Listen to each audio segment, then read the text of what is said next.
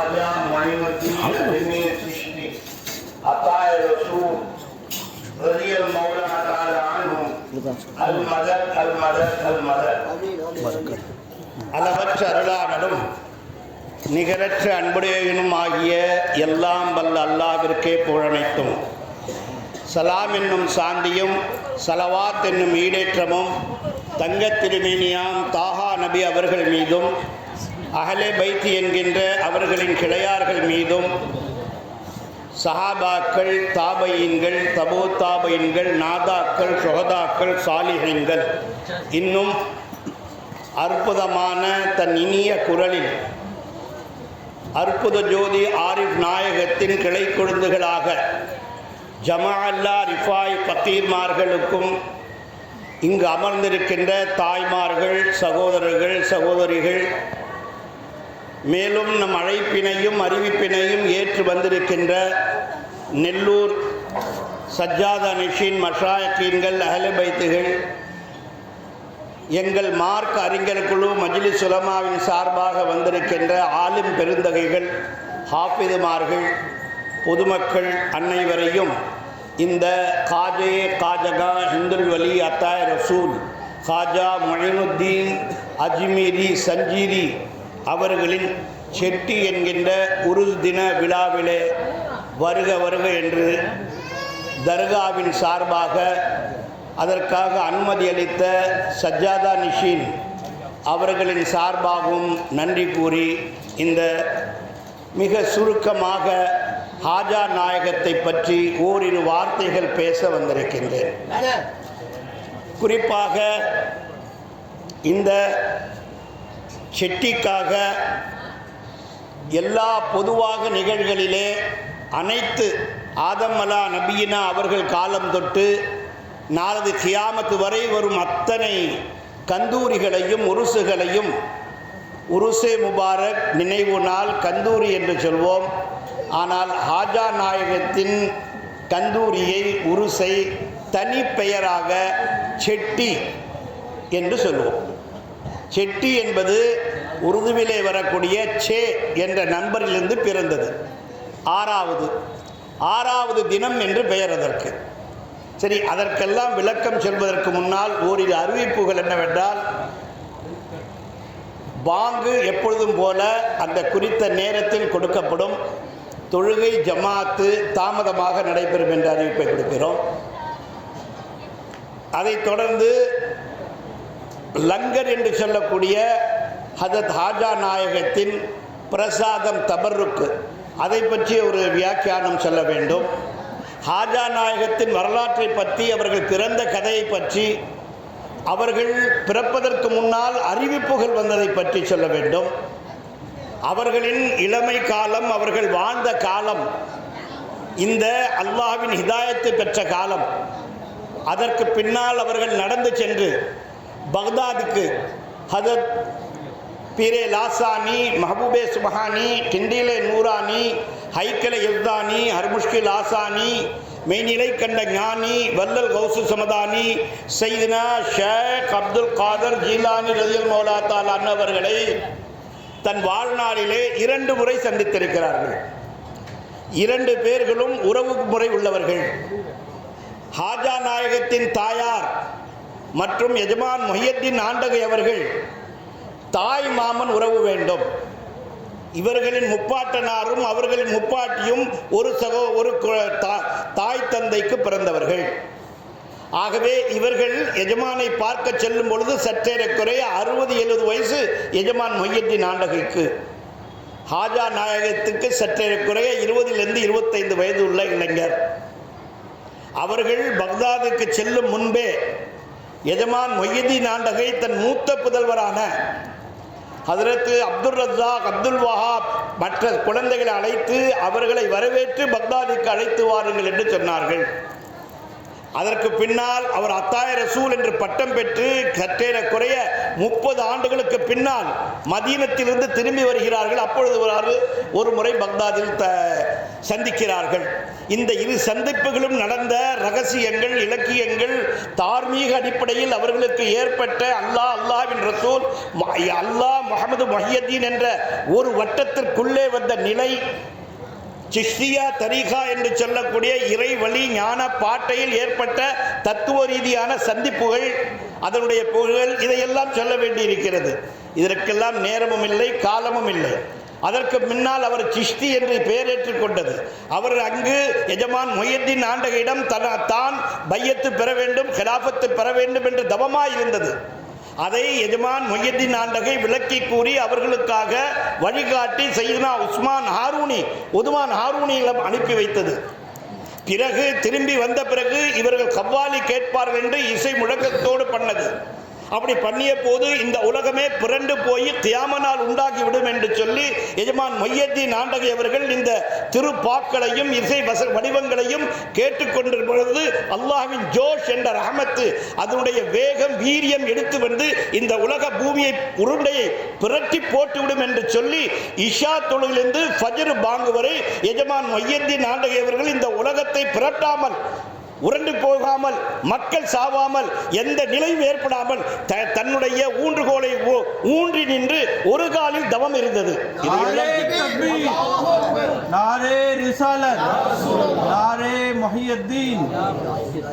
இதையெல்லாம் சொல்லி வர வேண்டும். இதை தாண்டி எஜமான் அவர்களுக்கு அத்தாய் ரசூல் என்று பட்டம் ஏன் கிடைத்தது, எங்கே கிடைத்தது, எப்போது கிடைத்தது, எப்படி கிடைத்தது, எதற்காக கிடைத்தது, யார் கொடுத்தார்கள்? எஜமான் உதுமான் ஹாரூனியிடம் அவர்கள் சென்ற பிறகு அவர்களுக்கு அந்த பாரசீக பைத்திலே அவர்கள் சொல்லுகின்றார், ஹக் ஃபரீத் யா ஃபரீத், அல்லாஹ் முஹம்மது சார் யார், அல்லாஹ் முஹம்மது சார் யார், அல்லாவும் அல்லாஹ்வுடைய ரசூல் ஆகிய முஹம்மதும் அவர்களை சார்ந்த 4 பேர்களாகிய அவர்களும் அந்த சிஷ்தியா சில்சிலாவிலே வரக்கூடிய 4 பேர் யார் யார்? ஹஜ்ரத் உஸ்மான் ஹாரூனி, காஜா நாயகம், ஹஜ்ரத் குத்புத்தீன் பக்தாரே காக்கி, ஹக் ஃபரீத் யா ஃபரீத், அல்லாஹ் என்று சொல்லுங்கள் அல்லது ஃபரீத் என்று சொல்லுங்கள். ஹாஜி என்று அழைக்கப்பட்டார்கள். இப்பொழுது உம்ரா போகுவது, ஹஜ் போவது ஒரு ஃபேஷன் ஆகி போய்விட்டது. காபத்துல்லாவிற்கு சென்றவுடன் உதுமான் ஹாரூனியும் சற்றேறக்குடைய ஹாஜா நாயகம் உதுமான் ஹாரூனியிடம் 30 ஆண்டுகள் தவச்சீலராக இருக்கிறார்கள். நீங்கள் ஆச்சரியப்பட்டு போவீர்கள். கிதாபுகள் இருக்கின்றன. ஒருவரை ஒருவர் முகம் கொடுத்து பேசவில்லை, சலாம் சொல்லிக் கொள்ளவில்லை, ஏன் வந்தாய் என்று கேட்கவில்லை, எதற்காக வந்திருக்கிறீர்கள் கேட்கவில்லை, யார் நீ என்று கேட்கவில்லை. எஜமான் உதுமான் ஹாரூனியிடம் அப்படியே நிற்கிறார்கள். ஹாஜா நாயகம் ஓராண்டு 2 ஆண்டு அல்ல, இஸ்திகாமத் என்ற நம்பர் வெளியிட்ட ஹாஜா மொயினுத்தீன் நம்பரிலே 20 ஆண்டுகள் என்றும், ஏனைய கிதாபுகளிலே 30 ஆண்டுகள் என்றும் தன்னுடைய ஷேக்கின் தவத்திருவடத்திலே எந்த ஒரு பேச்சையும் கேட்காமல் இருக்கிறார்கள். அந்த 20-30 ஆண்டுகள் அத்தனை பேரும் உதுமான் ஹாரூனியிடம் எந்தவித கராமத்தும் நிலையும் ஒன்றும் காணாததால் இந்த உதுமான் ஹாரூனி ரலியல்லாஹு தஆலா அன்ஹு எதற்கும் லாயக்கற்றவர் நவுசுபில்லாஹ் என்று சொல்லி அனைத்து பேர்களும் போய்விட்டார்கள். வரலாறுகளிலே பதிவுகள் இருக்கின்றன. அவர்கள் சந்தித்தது ஹஜ்ரத் மௌதூத் சிஷ்தி அவர்களை, அவர்கள் சந்தித்தது அதற்கு முன்னால் இருந்தவர்கள். அனீசுல் அர்வா என்ற நூலிலே, கிரந்தங்களிலே அவர்கள் குறிப்பிடுகிறார்கள். இதையெல்லாம் முடித்துவிட்டு கடைசியாக 30 ஆண்டு காலம் எஜமானும் ஹாஜா நாயகம் அவருடைய உற்ற தோழரும் இருந்துவிட்டு உற்ற தோழர் சொல்கின்றார், 30 ஆண்டு பார்த்துட்டேன், இன்னமே இவங்கள்ட்ட என்ன இருக்குன்னு தெரியல. ஹாஜா, நான் கிளம்பி போடணும்னு இருக்கேன், நீங்களும் வந்துடுறீங்களா தோழரை? கூட்டாளி நம்ம 2 பேரும் இருந்து ஒன்றும் பயன் பெறலை. இவற்றை ஒன்றும் கேபி நெய்ய நம்ம சல்யாங்கேக்கு கவுன்கு அப்படின்னு இருந்த ஒரே தோழரும் கிளம்பிவிட்டார்கள். இப்பொழுது மிச்சமானது 20 ஆண்டுகளில் 30 ஆண்டுகள் யார்? ஒரே ஹாஜா நாயகம் தான். அப்போ தான் அஸ்ஸலாமு அலைக்கும் வலைக்கும் சலாம்னு இருவருக்கும் பேச்சுவார்த்தை நடக்குது. சரி, பேச்சுவார்த்தையில் ரகசியம் சொல்லிவிட்டாரா, துவா சொல்லி தந்தாரா, தொழுகை சொல்லி தந்தாரா, குரான் சொல்லி தந்தாரா, இபாதத்தை சொல்லி தந்தாரா, இப்படி நடக்க வேண்டும் என்று சொல்லி தந்தாரா? அதையெல்லாம் ஒன்றும் கேட்கவில்லை. நீ யார், எப்படி என்று எதையும் சொல்லாமல் உதுமான் ஹாரூனி சொன்னார்கள், நீங்களும் கிளம்பி புறப்பட்டு போய்விடு தம்பியே. நீ ஏன் இருக்க தும்மக்கை? அவங்களாம் போயிட்டாங்க, ஒன்றும் இல்லைன்ற போட்டாங்கன்னு. அதில் தான் பாரசீக மொழியில் ஒரு சொன்னாங்க, எக்தர்கீர் மாக்கம்கீர், ஒரு வாசலை, ஒரு நிலைக்கதவை, ஒரு காலடியை, ஒரு பொற்பாதத்தை எப்படி ஹஜ்ரத் சையதுனா குர்ஆனிலே வரக்கூடிய அஸ்ஸாபே காஃபின் நாய் ஒரு பாதத்தையும் ஒரு இடத்தையும் ஒரு மலையையும் ஒரு சவுக்கட்டையும் ஒரு வாசலையும் பிடித்துக் கொண்டதோ, உதுமானே என்னுடைய ஷேഖே உங்களுடைய பொற்பாதத்தை நான் பிடித்துக் கொண்டேன், இங்கிருந்து போகின்றவென்றால் என் ஜனாதா தான் போக வேண்டும், நான் போக முடியாது என்று சொன்னார்கள். சரி வா நடைப்பயணமாக போகலாம் என்று இந்த இருவர் மட்டும் சேர்ந்து போகிறார்கள். எங்கே போகிறார்கள்? ஹஜ்ஜுக்கு போகிறார்கள். எங்கே போகிறார்கள்? இவர் கேட்கவில்லை, அவரும் சொல்லல. நேரம் எங்கே போறாங்க? காபத்துல்லாட்ட போறாங்க. காபத்துல்லாட்ட போனோன்னே நீங்க எல்லாம் போறீங்க இல்லையா, நம்ம எல்லாம் போறோம் இல்லையா, அப்போ உலகத்திலேயே ஒரே ஒருத்தரை தான் ஒரு சவுண்டு வருது, ஒரு அசரீரி கேட்குது, ஒரு நிதா கேட்குது, சதா கேட்குது. இந்த ஃபக்கீர்மார்கள் நிதா சதா புகார் என்று சொல்வார்கள், அப்படி கேட்குது. ஹாஜி எத்தனை லட்சம் பேர் சுத்தி கொண்டிருக்கிறார்கள். அந்த நேரத்தில் தவாஃபுக்கு எத்தனை பேர் வந்திருக்கிறார்கள், எத்தனை ஹாஜிமார்கள் வந்திருக்கிறார்கள். உலகம் முழுதிலிருந்து 800 ஆண்டுகளுக்கு முன்னால் எத்தனை பேர் சென்றார்களோ அவர்களுக்கு அந்த குரல் கேட்கிறது. ஒவ்வொருவரும் திரும்பி பார்க்கிறார்கள், யாருக்கும் அல்ல, உதுமானே என் ஹாஜியே என்று கூறுகிறார்கள். அல்லாஹ் முஹம்மது சாரியார் ஹாஜி, உஸ்மான் ஹாரூனி மட்டும்தான் உலகத்தில் ஒரே ஹாஜி. வலிமார்கள் ஒரே ஹஜ்ஜுக்கு சென்றவர் உதுமான் ஹாரூனி மட்டும்தான். அவரை தான், ஏன் அவர் மட்டும்தான் பக்கம் ஆதம் அலைஹிஸ்ஸலாம் கியாமத்துல்லும் போனாங்கன்னா போனாங்க, ஹஜ்ஜு செஞ்சாங்கன்னா செஞ்சாங்க, கபூலானதா கபூல் ஆனுச்சு. ஆனால் ஹாஜி என்று அல்லாஹ்வால் அழைக்கப்பட்ட அசரீரி உதுமான் ஹாரூனிக்கு மட்டும்தான் வந்தது. திரும்பி பார்க்குறாங்க. திரும்பி பார்த்தோன்னே ரப்பே ரஹ்மானே இல்லை உதுமானே உங்களை தான். அசரீரி என்ன சொல்லுது, அது எப்படின்னு சொல்லுது தெரியல. அல்லாஹ் கூப்பிட்டானா, அல்லாவுக்கு சவுண்டுதா, அல்லாவுக்கு கையுண்டா, ஹாஃபிஸ் அல்லாஹ் கைதுல்லாஹி ஃபௌக ஐதீஹிம், அல்லாஹ்வுடைய இருக்க எல்லா கைகளையும் மேன்மையுடையதாக இருக்கிறதெல்லாம் இருக்கு இல்லையா. இப்போ அதெல்லாம் போனாக்கா குழப்பம் ஏற்படுது. நான் முடிச்சுக்கிறேன் இந்த சப்ஜெக்டை முடியன்னு இவரே சொல்லுவார், தாண்டி தாண்டி போயிடுங்க சப்ஜெக்டை முடிக்காம அப்படின்ட்டு. சப்ஜெக்ட் என்னன்னா ஹாஜியேன்னு கேட்குறாங்க. அப்போ திரும்பி பார்த்துட்டு என்னதானே, ஆமாம் என்ன செய்தி எஜமானே, அல்லாஹ்ட்ட சொல்கிறேன், யா ரப்பே ரஹ்மானே உன் வீட்டுக்கு வந்திருக்கேன், ஹஜ்ஜி செய்யணும்னு சொல்லுவாங்கள்ல, ரசூலினுடைய ஷரியத்துக்கு கட்டுப்பட்டு தரீகத்திலே தரிபட்டு ஹஜ்ஜுக்கு வந்திருக்கேன். எங்கே வந்திருக்கேன்? ஓ வீட்டுக்கு வந்திருக்கேன். சரி வீட்டுக்கு வந்திருக்கேன், ஏதாச்சும் கொண்டு வந்திருக்கேன் எனக்கு? யார் கேட்குறா? ரப்பு கேட்குறான். என்ன கேட்குறான்? ரப்பு கேட்குறான். வீட்டுக்கு நம்ம போகிறோம், விருந்தாடியாக போகிறோம், குழந்தைங்க இருப்பாங்க, ஒரு பிஸ்கெட்டு ஒரு சாக்லேட்டு, உங்களால் என்னென்ன முடியுமோ உங்கள் அந்தஸ்துக்கு தகுந்த மாதிரி அந்தஸ்துக்கு தகுந்த மாதிரி கொண்டு போய் அந்த காலத்தில் கொடுப்பது, பரிசளிப்பது, கொடுப்பது வழக்கம். யார் கேட்குறா? கேட்குறாங்க. அப்போ தடுமாறி போயிட்டாங்க. தடுமாறினா அந்த நேரத்தில் அவர்களுக்கு விளைந்தது. அப்போ தான் புரிஞ்சது உதுமானார்களுக்கு, ரப்பே ரஹ்மானே 20 ஆண்டுகள் 30 ஆண்டுகள் தபம் இருந்து நான் எல்லாரையும் பார்த்து விட்டேன், உனக்கு பரிசாக கொண்டு வருவதற்கு என்னிடம் ஒருவர் கூட தங்கவில்லை. இப்பொழுது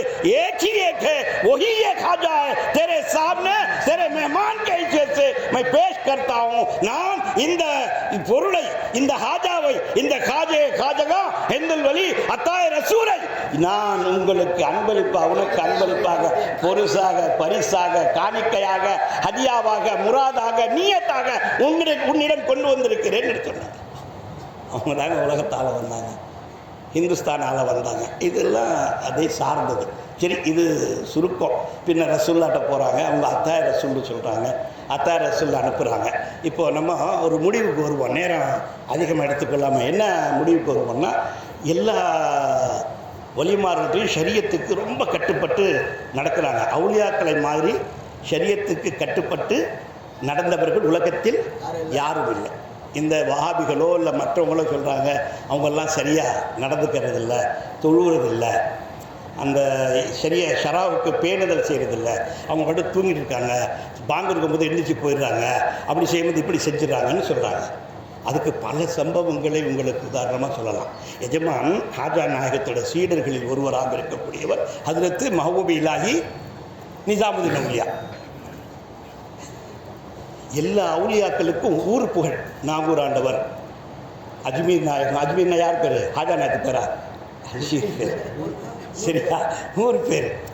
பின்குண்டா சிறப்பு பேர் நத்தர்வழி திருச்சி.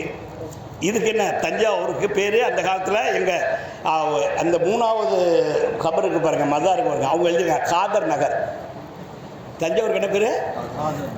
காதர் நகர், காதரவழியாவுடைய நகர். அவங்க வந்து தங்கிட்டு போனதால் அச்சுத்தப்ப நாயக்கன் வந்து அவங்களுக்கு குறித்து இது காதர் நகர் அறிவிக்கிறேன்னு சொல்லி அறிவிச்சிருக்காங்க. பாரசீக கையெட்டு பிரதி 200 வருஷத்துக்கு முன்னாடி எழுதுனது இருக்குது. இங்கே 3வது நேரம் இல்லை. இந்த மியூசிக்கு கூடுமான்றது தான் என்னுடைய சப்ஜெக்டே, தலைப்பே. கொட்டடிக்கிறோம், கவாலி பாடுறோம், அதில் இன்ஸ்ட்ருமெண்ட் நிறைய வச்சு பாடுறோம். இப்போ சினிமாலேயும் பாடுறாங்க. அவர் கவாலி வச்சுருக்காங்க, பரத ஜோலின்னு காலி வச்சுருக்காங்க. இதெல்லாம் இஸ்லாத்தில் ஹராமு அப்படின்னு பல விதமான சர்ச்சைகள் இருக்குது. அதுதான் சொல்ல வர்ற சப்ஜெக்டில் வர்ற ஷரியத்துக்கு மாற்றமாக சீக்கிரம் முடிச்சுக்கலாம். இந்த 1 மணிக்கு நம்ம ஃபாத்தியா ஓதி, இன்னொரு முக்கியமாக இந்த வாட்டிலேருந்து உட்கார்ந்து அந்த லங்கர்னு சொன்னால் அதுக்கு ஹாஜா அக்னி நாயகத்துடைய லங்கர். அந்த லங்கருக்கு தனி அர்த்தம். அதே தான் குருநானக் அவர்கள் பிடித்து சீக்கிய மக்களுக்கு போதித்து அந்த சமூகம் இன்றைய வரை அந்த லங்கரை நடத்தி கொண்டிருக்கிறது. இப்போ லங்கர் நடத்தும் போது எஜமான் அஜ்மீர் நாயகன் சொல்கிறாங்க, எது செய்யணும் அனுப்பணும்னு. எல்லாத்தையும் கூப்பிட நம்மால் உடனே கறி வச்சு பெருசாக பண்ணிட்டாங்க. அப்போ ஆஜா நாயகன் கேட்டாங்க, சப்பாக்கற்காக எல்லாம் வந்து சாப்பிட்டாங்களான்னு. இல்லை, சில பேர் கறி சாப்பிடாத பிராம சமூகம், ஆரிய சமூகம் இருக்குது. அப்படியா? அப்போ கறி அடுத்த வாட்டி போடாதீங்க அப்படின்ட்டாங்க. அடுத்தது எல்லாம் வந்துட்டாங்களா? அடுத்த தாவத்தில் அடுத்த லங்கரில் வச்சாங்க, எல்லாம் வந்துட்டாங்களா அப்படின்னு கேட்டாங்க. இல்லை, அந்த கறி இல்லாதனால ஆரிகள் வந்துட்டாங்க. இன்னொரு ஜெயின சமூகம் இருக்குது, அவங்க பூண்டு வெங்காயம் இஞ்சி சாப்பிட்றதில்ல, ஒன்று அதை எடுத்துருங்க அப்படின்னு சொல்லி கிட்டத்தட்ட ஒரு 6ஆம் தேதி அந்த செட்டிக்கு சொல்ல வரணும். 6ஆம் தேதி தள்ளி போய் அவங்க என்ன தினமும் லங்கர் கொடுத்தாங்க. எத்தனை பேர் லங்கர்னாக்கா அனைத்து பேர்களும் எதுவும் சொல்லாமல் சாப்பிடும் ஒரு கீர் என்று சொல்லிய வஸ்து. அது காரமாகவும் இல்லை, இனிப்பாகவும் இல்லை, புளிப்பாகவும் இல்லை. அது ஒரு தனி எடுத்தாங்க. அதனால் முடிஞ்ச அளவு இறைச்சியை தவிர்த்துதாங்க. அதுதான் லங்கர். இன்றைக்கி அதுதான் வச்சுருக்கோம். உட்கார்ந்து சாப்பிட பெண்களாக இருந்தாலும் ஆண்களாக இருந்தாலும் எல்லோரும் அமைதி காத்து உட்கார்ந்து எல்லோருக்கும் சமைத்து இருக்கிறது. இன்ஷா அல்லாஹ் எல்லாம் பறக்கத்தை கிடைக்கும். இசை அதுக்கெல்லாம் சொல்லணும்ட்டு. இப்போ அவுலியாக்கள் என்பவர்கள் ஷரியத்துக்கு மாற்றமாக இருக்கிறாங்க, இசையெல்லாம் கேட்குறாங்க. முதல் அவங்க அவுலியாக்கள் எப்படிப்பட்டவங்க நீங்கள் பார்த்துக்கணும். எஜமான் மஹபூபே இலாஹின்னு சொல்லிட்டு வந்தேன். ஊர் பேர் எல்லாத்துக்கும் ஊர் பேர் இருக்குது. ஆனால் எஜமான் நிசாமுத்தீன் தான் பஸ்தி நிசாமுத்தீன். அவங்க ரயிலுடைய பேர் என்ன? டெல்லிக்கு போயிருக்கவங்க பார்த்துருப்பாங்க. ஹதரத் நிசாமுத்தீன், ஹதரத் பஸ்தி நிசாமுத்தீன். ஆச்சா, எல்லா ஊருக்கும் ரயில் போகுது. Ajmer express, Nagore express, Tirupati express அப்படின்னு போயிட்டு இருக்கு. ஆனால் இவங்களுக்கு மட்டும் தான் ஹஜரத் நிசாமுத்தீன் எக்ஸ்பிரஸ். சரி, அதெல்லாம் அவங்களுடைய புகழை பற்றி. அப்போது அவங்க தொழுகைக்கு வரல, அது காணலை அப்படின்னு சொல்லி அவுலியாக்கள்ல பிரச்சனை ஆயிடுச்சு. ஹஜரத்து அதை ரொம்ப பிரபலமான சொல்ல வேண்டியது இருக்குது. அதில் ஹஜரத்து யார்? கலந்தர், தமாதம் மஸ்த் கலந்தர், அலி கா பைலா நம்பர், தம் கே அந்தர், பூ அலி ஷாஹ் கலந்தர். இவங்களுக்கும் அமீர் குஸ்ரு. யார் அமீர் குஸ்ரு? ஹஜரத் மஹபூபே இலாஹின் பிரதான சீடர். தொழுகையை பற்றி, அவளை பற்றி, எங்கே இருக்காங்க ஏது இருக்காங்கன்னு ஆய்வு செஞ்சு 2 பேருக்கும் பிரச்சனை ஆயிடுச்சு. மஹபூபே இலாஹியை பற்றி உங்கள் ஷேഖனா எங்கே இருக்காரு பார்த்துட்டு வரலாமா அப்படின்னு சொல்லி நான் அதிகமாக சொல்லணும், டப்புன்னு முடிச்சுடுறேன். வானம் பார்த்துட்டாங்க, காணும். யாரை காணும்? மக்கால பார்க்குறாங்க. இந்தியாவிலேருந்து மக்காத்து போய் இந்த உடலை விட்டு ஆலமே நாசூத், ஆலமே மலக்கூத், ஆலமே லாஹூத், ஆலமே நாசூத்துக்கு என்ன இருக்கு? நப்சே அம்மாரா, நப்சே லவ்வாமா, நப்சே முல்லிமா, நப்சே முத்மைனா. இவைகளை எல்லாம் கடந்து காபத்துல்லாவை பார்த்தோம். சுஸ்ருவே, உன்னுடைய ஷேக்கை காணும் காபத்துல்லாவில் தொழாம இருக்காரா? சரி, வா முதல் வானத்தில் போய் பார்க்கலாம். முதல் வானம் பார்த்தாச்சு, 2ஆம் வானம் பார்த்தாச்சு, 3ஆம் வானம் பார்த்தாச்சு, 4ஆம் வானம் பார்த்தாச்சு. அதுக்கு மேலே அவர் சொல்லிட்டாரு, இத்தனை வானம் தேடிட்டு கிடைக்கலையே அப்படின்னு சொல்லிட்டாரு. தொழுகைக்கு வரல அப்படின்ட்டு ஆளை காணோம். என்ன உங்கள் ஷேக்கு அப்படின்ட்டாரு. உடனே அமீர் குஸ்ருக்கு ரொம்ப ஆயிடுச்சு. மறுபடியும் இரக்கம். அர் ரப்பு ரப்புன் இன் தனஸ்ஸுல், அல் அப்து அப்துன் இன் தரக்கா. இது சூஃபியாக்களின் தத்துவாத்துகளின் நிலை. சரி, பேரல் அவங்க இறங்கி வந்துட்டாங்க, இவனும் போயிட்டாங்க. அவங்க சேர்த்து ஒன்றும் இல்லை தெரியல. இவங்களுக்கு மனசுக்கு அமீர் குஸ்ருக்கு மனசுக்கு கஷ்டமாக போயிடுச்சு. சரி என்ன பண்ணுறது, அவங்க ஷேக்கில் போனாங்க. ரொம்ப மனசு உடஞ்சி உட்கார்ந்தாங்க. குஸ்ரு கியாக அப்படின்னாங்க. இந்த மாதிரி போகணும் பாணுன்னாங்க. நான் 7வது வாரம் அரசியல் இருந்தப்பா, அவருக்கு அவ்வளோதான் போக முடிஞ்சுது. 4 பானம் தான் அவரால் போக முடியுது. அவுலியாக்கள் அவர்களுடைய அந்தஸ்துபடி எங்கே தொழுகிறாங்க? காபத்துல்லாஹ்ல தொழுகிறாங்க. அவங்க அந்தஸ்துபடி முதல் வானத்தில் தொழுகிறாங்க. முதல் வானத்தில் முதல் யார் போனா? ஆதம் நபீன் அலைஹிஸ்ஸலாம் போனாங்க. 2வது வானம் 3வது வானம் இந்த மாதிரி அரிசி வரலும் போய் தொல்ல இருக்காங்க 5 வேளையும். இது யார் எழுதுறா? சதகத்துல்லா அப்பா எழுதுறா. எங்க எழுதுறாங்க? சதகத்துல்லா அப்பா வாழ்க்கை வரலாற்றில் பீரப்பாவை பத்தி எழுதுற போது எழுதுறாங்க. பீரப்பா பார்க்குறாங்க, பீரப்பா இல்லை, பீரப்பா தொழ மாட்டாரு. நான் ஃபத்தாவாய் ஆலம்கீரி அவுரங்கசீப் எழுதுனவன் இந்த ஆள் சரியா தொழுகல அப்படின்னு பீரப்பாவை பார்க்க போன போது தொழுக நேரம் வந்துருச்சு. சரி, இந்த என்ன ஆனாரு அப்படின்னா, சதகத்துல்லா அப்பா எங்கே போறாங்க? காபத்துல்லாவுக்கு போறாங்க.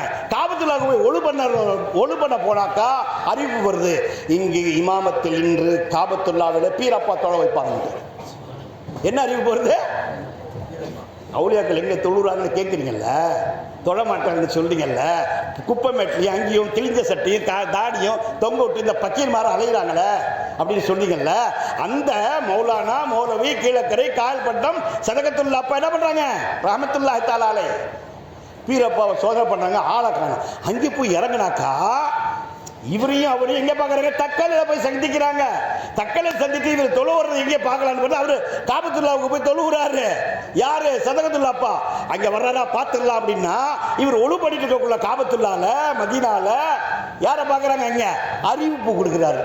ஒரு மனுஷன், ஒரு மனுஷனா மலக்கா மோக்கலா அது தெரியுமா உங்களுக்கு? அஸ்மா ஒரு ரிஜால் தெரியுமா? ரிஜாலுல் கைப் தெரியுமா? மலக்குத் தெரியுமா? முஅல்லிமுல் மலக்குத் தெரியுமா? அவர்களுக்கு சொல்லுகின்ற பாடங்கள் தெரியுமா? அதெல்லாம் தெரியாம ஏன் பேச வர்றீங்க? அப்ப அவங்க அறிவிப்பு விடுகிறார்.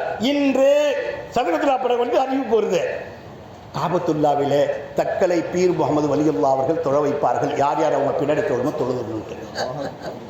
சரி, அவங்க தொழுதுட்டாங்களா? சரி, இப்ப பாத்திரம் இருந்தால் எங்க இருக்காங்க பார்த்தா இவர் தொழுதொன்ன சலாம் கொடுத்து துவா ஓதுன நேரா தக்கலை வந்துட்டாங்க. யாரு? சதகத்துல்லா அப்பா. அங்க பார்த்தா பீரப்பா உட்காந்துட்டாரு. ஆச்சரியமா போயிடுச்சு. சதகத்துல்லா அப்பா பெரிய மௌலானா ஹஜ்ரத்து, அவங்களுடைய இது மரியாதை அதெல்லாம் இருக்குது. ஆனா அவங்க கேட்டாங்க, என்னங்க என்ன வாப்பா உங்களை காணுமென்னு, இப்படி போனீங்க எப்படி வந்தீங்கன்னு. அதை மட்டும் தெரிஞ்சுட்டு நான் கிளம்பிடுறேன். இந்த மாதிரி உங்கள் மேலே குற்றச்சாட்டு சொன்னாங்க. பூரா தமிழகமும் தக்கலை பீரம் போது சரியாக தொழுறதில்ல, அவர் சரியா இல்லை. அந்த வரிசையில் சதகத்துல்லா பார்க்கும்போது என்னென்ன கராமத்து நடந்தது அது வேற, அதெல்லாம் சொல்லலை. நான் அவுலியாக்களை போய் சொல்லிட்டு விஷயம் வந்துடுறேன். அவங்க கேட்டோன்னா அவர் சொன்னார் என்னங்க நடந்துச்சுன்னு. நான் வந்து சதகத்துல்லா சொன்னாங்க, எனக்கு அல்லாஹ் தஆலா ரசூலுடைய முஹப்பத்தும் இஷ்கும் கொடுத்ததுனால அடுத்த நொடி என்னுடைய சிம்மாசனம் என்னுடைய ஜின்னு தூக்கிக்கிட்டு போய் காபத்துல்லா விட்டுடுன்னார். நீங்கள் எப்படி போனீங்க காபத்துல்லான்னு கேட்டாங்க கலப்பீரப்பா. அவங்க சொல்லணும், அடுத்த என் ஜின்னு கொண்டு போய் விட்டுடும், தொழுதுட்டு வந்துடுவேன். நீங்கள் இங்கே வா. அதான் எனக்கு புரியல. யார் சொன்னா? சதகத்துல்லா சொன்னாங்க. எனக்கு அதுதான் புரியலன்னாங்க. அவங்க சதகத்தை பீரப்பா என்ன செஞ்சுட்டு இருந்தாங்க? ஹலாலான தொழில். அவுலியாக்கள் எப்போதுமே ஹலால் தான் சாப்பிடுவாங்க. அவங்க என்ன தறி அடிக்கிற வேலை நெய்யறதுங்க. நெசவு டப்பு டப்புன்னு அடிச்சு நெசவு செய்யறவங்க. பின்னாடி ஒரு பரதா தொங்கிட்டு இருக்கு. என்ன தொங்கிட்டு இருக்கு? பரதா தொங்கிட்டு இருக்கு. சதகத்துல்லா அப்ப கேட்கறாங்க, நீங்க எப்படி போயிட்டு வந்தீங்கன்னு கேட்கறாங்க. என்ன செஞ்சாங்க? உடனே பரதா வளர்க்கணா காபத்துல்லா முன்னாடி இருக்குது. நீங்க ஏறி போகணும். அவங்களுக்கு காபா வர்ற வழியுள்ளா இருக்காங்க. பெண்கள் என்னுடைய தாய்மார்கள் சகோதரிகள் எல்லோரும் அமர்ந்திருக்கிறாங்க. ராபியத்துல் பஸ்ரியாவை காபா வரவேற்று தவாஃபு செய்யும். யாருக்கு? பெண்களுக்கே தவாஃபு செய்யும். ராபியத்துல் பஸ்ரியா பெண் வலியுல்லாக்களிலேயே பிபி மரியம், பிபி ஆசியா, பிபி சொல்லிட்டே போனாக்கா பிபி பல்கீஸ், பிபி ரஹீமா, நபிமார்களின் மனைவிமார்கள் வரிசையில் அதில் ராபியத்துல் பஸ்ரியாவினுடைய அந்தஸ்து உயர்த்தப்பட்டது. யார் வந்து வரவேற்றா? காபத்துல்லா வரவேற்றது மட்டுமல்ல, தவாஃபு செஞ்சது. வசீலா என்றால் என்ன? நூல் பெயர். எஃப்எம் இப்ராஹிம் ரப்பானி மர்ஹூம் இவங்க போய் பண்ணிட்டு வந்தாங்க, பார்த்தாங்க. சரி, முடிச்சிருவோம். இது அவுலியாக்கள், தொழுகையாளிகள், ஷர்ஹுக்கு முழுக்க முழுக்க கட்டுப்பட்டவர்கள். எந்த நேரத்திலும் ஒரு நொடி பொழுதும் ஷரை விட்டதில்லை அவர்கள். ஒரு நூலுக்காகவும் யாரும் ஷரை விடாத வலிமார்கள். இப்போ இசை இஸ்லாத்தின் கூடுமா அப்படின்னு சொன்னால் ஆதம் அலைஹிஸ்ஸலாம்லேருந்து எடுக்கணும். முதல் இசை கேட்டவர் யார்? இசை கருவியை உண்டாக்கியவர் யார்? இசைக்கான ஞானங்கள் இஸ்லாத்தில் இருக்கிறதா இல்லையா? இசை என்று சொன்னால் கருவிகள் என்று இருக்கின்றன. அதை இசைத்ததால் கருவி. அப்போது இசை எதால் உண்டாகிறது? முதல் இசை நாவால் உதட்டால் உண்டாகிறது. இசையின் கருவிகள் எது? அந்த நாவால் இசையால் உண்டாகின்ற கருவிகள், நாவால் இசைக்கிற கருவிகள் இருக்குது. அடுத்தது கையால் இசைக்கிற கருவிகள் இருக்குது. அடுத்தது விரல்களால் இசைக்கக்கூடிய கருவிகள் இருக்குது. இந்த மாதிரி தனிப்பட்ட கருவிகள் இருக்குது. முதல் நாவால் இசைக்கக்கூடிய கருவியாக இருக்கக்கூடிய ஹஜ்ரத் தாவூத் அலைஹிஸ்ஸலாம் அவருடைய நிலை இருக்கிறது. அவர்கள் சொல்லுகின்றார்கள், அவர்கள் சிராத் என்ற தாவூத் அலைஹிஸ்ஸலாமுக்கு என்ன இருக்குது? அவங்க வேதம் என்ன? ஜபூரா தௌரேத்தா? ஜபூர் வேதம் இறங்கியது. அவங்க அந்த நாவால சிராத்தா பாடுனாங்கன்னா, ஒரு வாட்டி உட்கார்ந்து அதை குரான் ஓத ஆரம்பிச்சாங்கன்னா, அந்த ஜபூரை படிக்க ஆரம்பிச்சாங்கன்னா, நான் அப்படியே படிச்சிடறேன் என்ன இருக்குன்னுட்டு. ஹஜ்ரத் தாவூத் அலைஹிஸ்ஸலாம் ஜப் ஹாஜிரின் கோ அப்னி ஆவாஸ், தன்னுடைய நாவின் அசைவின் இசையை, வார்த்தையை, ஆவாஸை, சவுண்டை, வார்த்தைகளை அவர்கள் பொழியும் பொழுது बहुत ज्यादा पुर असर और पुरकशिश होते थे, होने की वजह से जबूर पढ़ा करते थे जिन से. அதை யார் யார் கேட்டாங்க? ஜின்களும் வந்து கேட்டாங்க, இன்ஸ் மனிதர்களும் கேட்டாங்க, சரிந்து பறவைகளும் வந்து கேட்டன. அதுக்கப்புறம் யார் பண்ணாங்க? மிருகங்கள் வந்து கேட்டன. ஆப்கி ஆவாஸ் சுனா கர்த்தே தே, உன்கி ஆவாஸ் இஸ் கதர் உம்தா. அந்த ஒளியின் இசை எவ்வளோ ரிங்காரமாக இருக்குமா, எவ்வளோ அழகாக இருக்குமா, எவ்வளோ கேட்டுருப்பாங்களா, சொக்கி போய். உன்கி ஆவாஸ் கி குதரத் பர் தாசீர் थी के उनकी मजलिस से वफात याफ्ता सामईन 400 आदमी थे. ஒரு முறை இந்த மாதிரி கூட்டம் கூட்டி அனுபவிச்சு, நான் இசைக்கப் போகிறேன், பாடப் போகிறேன், படிக்கப் போகிறேன் என்று சொல்லி தாவூத் அலைஹிஸ்ஸலாம் உட்கார்ந்தால் ஜின்னுகள் வந்து கூடிவிடும், மனிதர்கள் வந்து கூடிவிடுவார்கள், பறவைகள் வந்து கூடிவிடும், மிருகங்கள் வந்து கூடிவிடும். மனிதர்கள் மட்டும் 400 ஜனாதா பத்துக்கள் வெளியேறும். எத்தனை வெளியேறும்?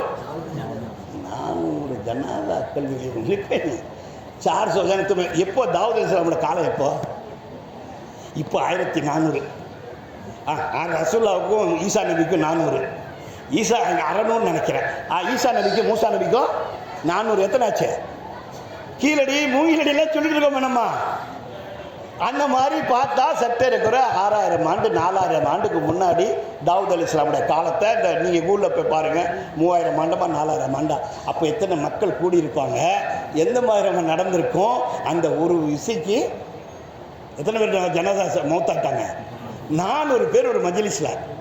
எஜமான் மொய்தீன் நாண்டகை பேச்சை கேட்டு ஒரு நாளைக்கு 70 ஜனாதாக்கள் வெளியேறும். இருக்குது எனக்கு விவாதத்தில். அப்போ இந்த இசைக்கருவியை பற்றி சொல்லிக் கொண்டு வருவாங்க. அப்போ இசைக்கருவியில் எது எது வாசிக்கலாம், எது எது வாசிக்கக்கூடாதுன்னா, அந்த இசை உருவானது ஆதம் அலைஹிஸ்ஸலாமுடைய மகனார் ஜோடி ஜோடியாக பிறந்தாங்க. ஒரு ஆணும் பெண்ணும், ஒரு ஆணும் ஒரு பெண்ணும், ஒரு ஆணும் பெண்ணும். ஹாபிலுடைய ஒரு பெண்ணு, காபிலுடைய ஒரு பெண்ணு இருக்கு இல்லையா? அந்த மாதிரி வரும்போது அப்துல் மாலிக் என்பவர் பிறந்தார். அவர்தான் முதலில் இசை கருவியை கண்டுபிடித்தார். அந்த இசை கருவியை இயைத்த போது அல்லாஹ் அவர் மீது மிக சந்தோஷம் கொண்டான். அப்பதான் அல்லாஹ் சொல்லி காட்டினா, யாருங்க? ஆதம் அலைஹிஸ்ஸலாமுடைய மகனார் அப்துல் மாலிக்னு படிச்சிருக்காங்க. நம்ம இதுல அரபில மாலிக், அவங்க ஈப்ரு மொழியில அல்லமல் ஆதம அஸ்மா குல்லா. அஸ்மாங்கிறதுக்கு என்ன அர்த்தம் பண்ணுறாங்க தப்சீரில்? மொழிகள்னு தப்சீர் பண்ணுறாங்க. அஸ்மா என்பது திருநாமங்கள். எத்தனை திருநாமங்கள் இருக்கு? 99. அதுக்கு விட 99 திருநாமங்கள் இருக்கு. நேற்று நான் கிதாபில் படித்தேன் 90,000 திருநாமங்கள் படித்தேன். அந்த 90,000 திருநாமங்களை சொல்லி தான் ரசூல்லா ஷஃபாத்துக்கு அல்லாஹ்விடம் அந்த கோபத்தை கஹாரியத்தை குறைப்பாதுன்னு போட்டுருக்கு. சரி, அத்தனையும் அந்த ஒவ்வொரு பறவை இருக்குல்ல, அது இசை பாடுது, கீதம் பாடுது, குயில் சொல்றாங்கல்ல, கிளி.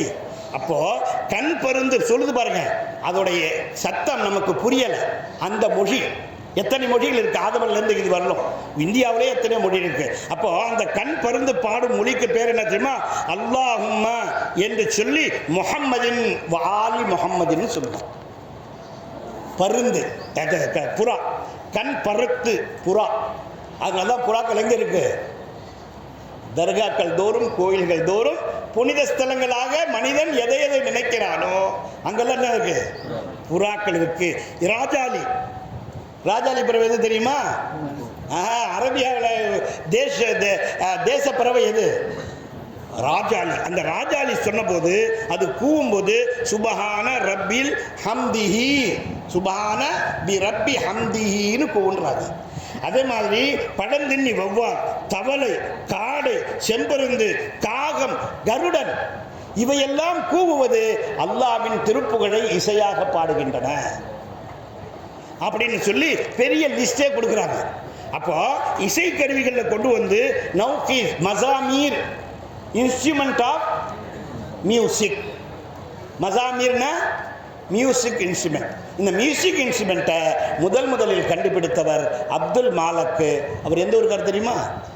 எங்கே பிறந்தார், எங்கே வளர்ந்தார் தெரியுமா? இதெல்லாம் எனக்கு தெரியாது, நான் படித்ததை சொல்லுகிறேன், நீங்கள் ஆய்வு செய்து கொள்ளுங்கள். அவர் தஞ்சாவூர்காரர். ஆதம் அலைஹிஸ்ஸலாம் இங்கு சரந்தீப் என்று சொல்லக்கூடிய எங்க லெமூரியா கண்டத்தில் பிறந்து வளர்ந்த போது பிறந்தவர், இங்கேருந்து செய்தவர். இப்ப நேரம் நீங்க போங்க, எங்க போங்க, உலகத்துல எல்லாம் சுத்திட்டு வாங்க, வீணை எங்கேயாச்சும் செய்யப்படுதா? தஞ்சாவூர்ல தான் தயாரிக்கப்படுது. பூங்கால, சிவகங்கை கார்டன் பூங்கால செஞ்சப்படுது. நீங்க உலகம் சுத்தி பார்த்துட்டு வந்துருங்க, செய்யப்படவில்லை. ஆக முத எங்க செஞ்சிருக்காங்க? அந்த வீணை வேறு எங்கும் கிடைப்பதில்லை. அந்த மரங்கள் அதை இங்கு செஞ்சு கொண்டு இருக்காங்க, பார்க்கலாம். அடுத்தது அவர்கள் என்ன சொல்றாங்க? அடுத்த இன்ஸ்ட்ருமெண்டா கண்டுபிடிச்சது என்ன? தஃப்பு.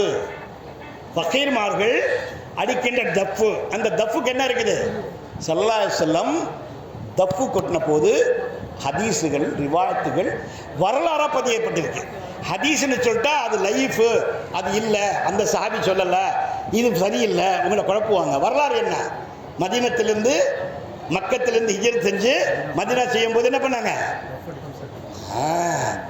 அவுலின் பி துஃபூஃபியும், உங்களுடைய நிக்காக்களை என்ன செய்து அறிவிங்க? தஃப்பு கொட்டி அறிவிங்க.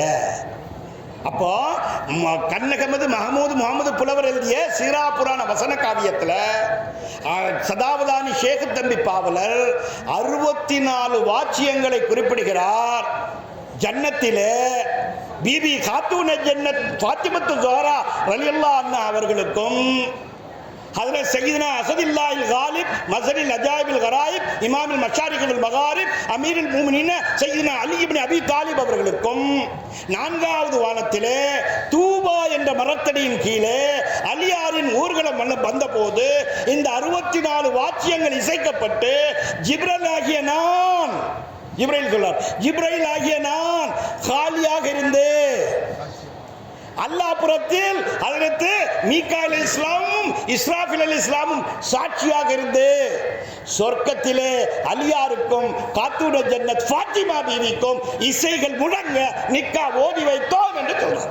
நாரே தக்பீர், நாரே ரிசாலத், நாரே விலாயத். உங்களுக்கு உருதுல சொல்லி நான் ஏமாத்திட்டு இருக்கேன் அப்படின்னு சொன்னா நீங்க போய் கண்ணகமது மஹமூத் எழுதிய சீரா புராண வசன காவியம் நியூ காலேஜிலிருந்து வெளியிட்டிருக்காங்க. வெளியிட்டவர் முரளி அரூபன். அவர் வெளியிட்ட இது வந்து கல்தச்சன். இந்த மௌலானாக்கள் சொல்லன்னு எடுத்துகிட்டு வரல நான். அதனால் அந்த இதில் இருக்குது. இப்போ நான் முடிவுரைக்கு வந்துடுறேன். அது இல்லாமல் எந்தெந்த இசையை ரசூல்லா கேட்டிருக்காங்க. இந்த இசைக்கு ஷைத்தான் கி பாசிரி, ஷைத்தானுடைய வார்த்தைகள்னு சொல்லியிருக்காங்க ரசூல்லா, ஹதீஸில் வந்திருக்குது. ஆகவே நீங்கள் இசை இசைக்கக்கூடாது அப்படின்னு சொல்லி நம்ம உலமாக்கள் என்ன பண்ணுறாங்க, ஃபத்வா கொடுத்து, நம்ம உலமாக்கள் கொடுத்த சுன்னத் ஜமாத் உலமாக்கள் இத்தனை ஆண்டுகளமாக நீங்கள் எல்லா கிதாபும் பரட்டி பாருங்க. நாகூர் ஹனீஃபா பாடிய இசைக்கு எந்த ஆலிமாச்சும் குறை சொல்லியிருக்காங்களா? பருத ஜோலி மெரியா முகமது சாபர் பதர் சொல்லியிருக்காங்களா? அசீஸ்நாதான் பாடியிருக்காங்களே, ரஃபத் ஹுசைன் பாடியிருக்காங்களே. அப்படி ஒவ்வொருத்தரும் பாடிய இத்தனை ஆண்டு காலமாக பாடியிருக்கவங்க சொல்லியிருக்காங்களா? இன்னும் சொல்லப்போனால் நம்ம சுன்னத் ஜமாத்து கல்வி கடல் இமாம் ஹஸ்ஸாலி சொன்ன கவுல் இருக்குது. அவங்க அதை எப்படி ஆதரவு பண்ணி பேசியிருக்காங்க.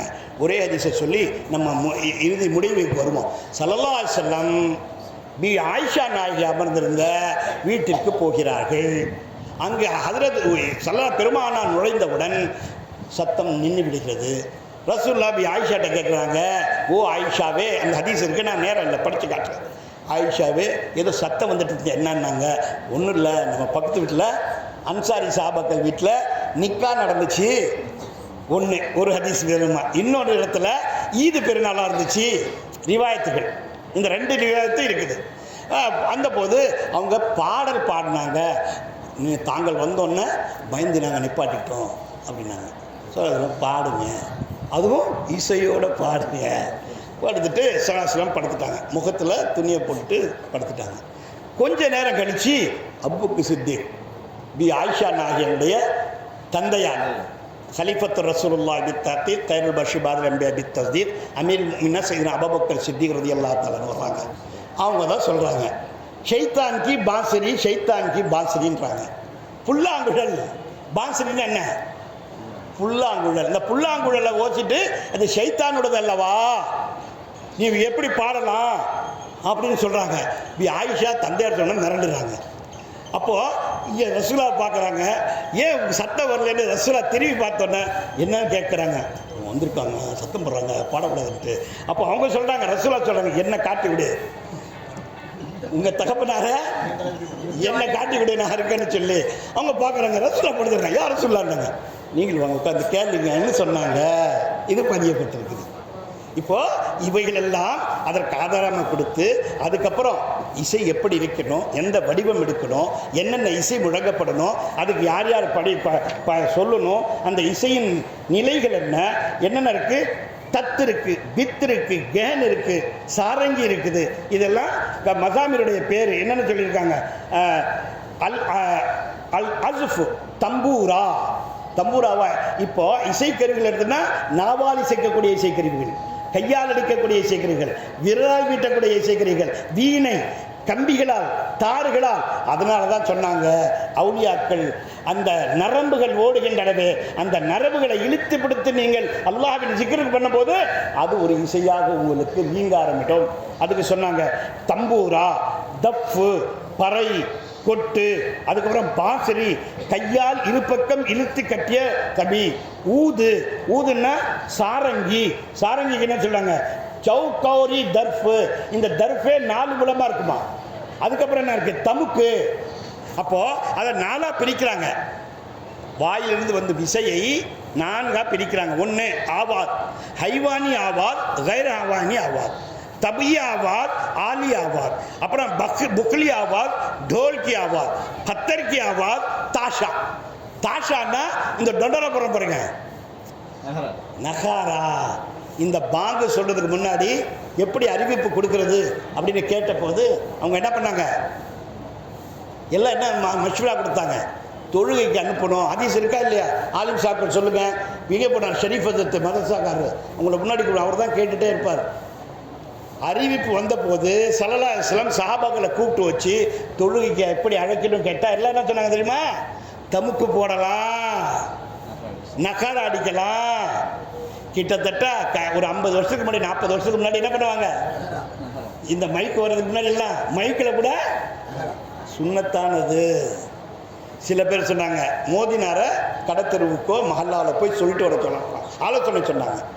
அதெல்லாம் இல்லைன்னு சொல்லி கடைசியில் நகாரா கடைசி வக்கம் இருக்குது.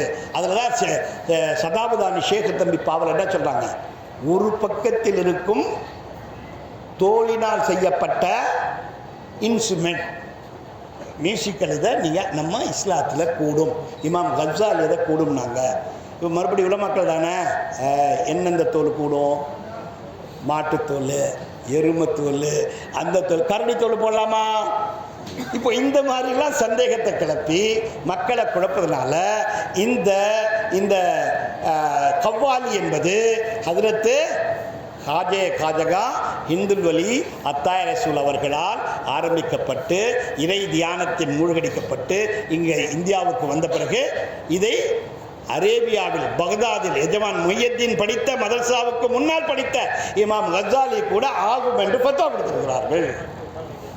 அதை தெளிவாக எழுதப்பட்டிருக்கு. ஆக இசையின் பாகங்கள் எல்லாம் விளக்கணும்னா இப்போ நேரம் இல்லை. இப்போ முடிவுக்கு வந்துடுவோம். முடிவுன்னா செட்டி. இப்போ செட்டியோட எஜமான் பார்க்க செட்டின்னா என்ன, 6வது நாள்னு சொன்னேன். ஏன் 6வது நாள் தெரியுமா? அதுதான் எஜமானுடைய ஸ்பெஷாலிட்டி உருசு கந்தூரிக்கு. பாக்கியெல்லாம் உருசு கந்தூரி, பெரிய கந்தூரி, சின்ன கந்தூரி, இந்த மாதிரி விட போகிறோம், முராது வச்சுருக்கோம், நேச்சை வச்சுருக்கோன்னு சொல்லுவாங்க. இவங்களுக்கு உருதுல பாரசீகத்தில் செட்டி 6வது, கார்வி, பார்வி, 12வது பாத்தியா எஜமான் ரசூலுல்லா பேரால மீலாது இது சொல்லுவோம். பெண்கள் குறித்து எல்லா பாத்தியாக்களும் உண்டு. இப்போ வர்ற இந்த மாதத்தில் மட்டும் 3 முக்கிய இது. ஒன்று செட்டி, 2வது 22 கீர் பூரி, இமாம் ஜாஃபர் சாதிக் 2 குண்டா பூரியானும் 2 குண்டா சீரினி கீர் செஞ்சு வச்சு பாத்தியா ஓதுது. அதுக்கு தெரிய தலீல் இருக்குது. யார் ஓதுனா, எப்போ ஓதுனா, ஏன் பூரியா பண்ணணும், எப்படி பண்ணணும், அதை ஏன் கழுவி அந்த தண்ணியை குடிச்சிக்கணும், அதில் எவ்வளோ சுத்தப்படுத்தணும்னா எவ்வளோ தூரம் சுத்தப்படுத்திருந்தாங்கன்னா விறக கூட கழுவி தான் உபயோகப்படுத்துகிறாங்க. அதில் எதுவும் அசுத்தம் இருக்கும். ஒரு தண்ணி அறை எடுத்து அதை வெள்ளை அடித்து அதில் கொண்டு போகிற பொருட்கள்லாம் கழுவி, அந்த காலத்தில் மாவெல்லாம் கிடைக்காது,